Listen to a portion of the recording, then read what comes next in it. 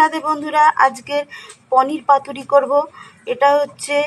এটা হচ্ছে সর্ষে না, সর্ষে দিইনি, সর্ষে দিলে খুব ভালো হয়, কিন্তু যেহেতু আমি সর্ষে খাই না তাই জন্য পোস্ত, পামকিন সিড আর সাদা তিল, আর এটাকে নুন, হলুদ, লঙ্কা গুঁড়ো, একটু চিনি দিয়ে ভালো করে মেখে 10-20 মিনিট ম্যারিনেট করে রেখেছিলাম। যেহেতু লেন্দি টাইম, তাই আমি শর্ট করে দেখাবো বলে।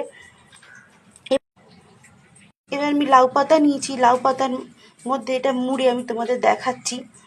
আবার দেখো এই মাখাটা এই লাউ পাতার মধ্যে রাখছি, রেখে এবার এটাকে মুড়ি, তারপর দেখাচ্ছি। এই দেখো লাউ পাতাতে মুড়ে রেখেছি, আবার দেখাচ্ছি। এটাকে এইভাবে লাউ পাতায় মুড়েছি, মুড়ে এবার এটাকে শ্যালো ফ্রাই করব। অল্প তেল দিয়ে আঁচ কমিয়ে শ্যালো ফ্রাই।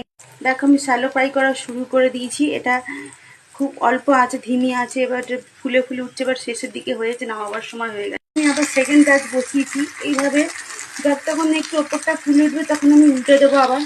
দেখো আমি উল্টে দিয়েছি। তো এই আমার পাতুরি রেডি হয়ে গেছে। গরম ভাতের সঙ্গে সুন্দর করে খেতে পারবে। পারলে এতে একটা লঙ্কা দিয়ে রাখবে, বেদের কাঁচা লঙ্কা, তো ব্যাপক খেতে লাগবে। আর দেখো নিরামিষ পদে অনেক রকম প্রোটিন থাকে। আমি এটা তিল দিয়ে করেছি। তিল তো তোমরা জানো, এটা দুধের থেকেও বেশি ক্যালসিয়াম থাকে। তো এই হচ্ছে আমার পাতুরি। এই একটা পাতুরি আমি ভেঙে দেখালাম, এই যে অলরেডি ভেঙে দিয়েছি। এবার আমি তোমাদের দেখালাম, তোমরাও বানিয়ে, তোমাদেরও জন্য হয় খুব প্রোটিন এবং খুব ভালো। কিন্তু আমি সর্ষে দিইনি, তোমরা তো সর্ষে দিতে পারো। তো সকলকে রাধে রাধে। ভালো।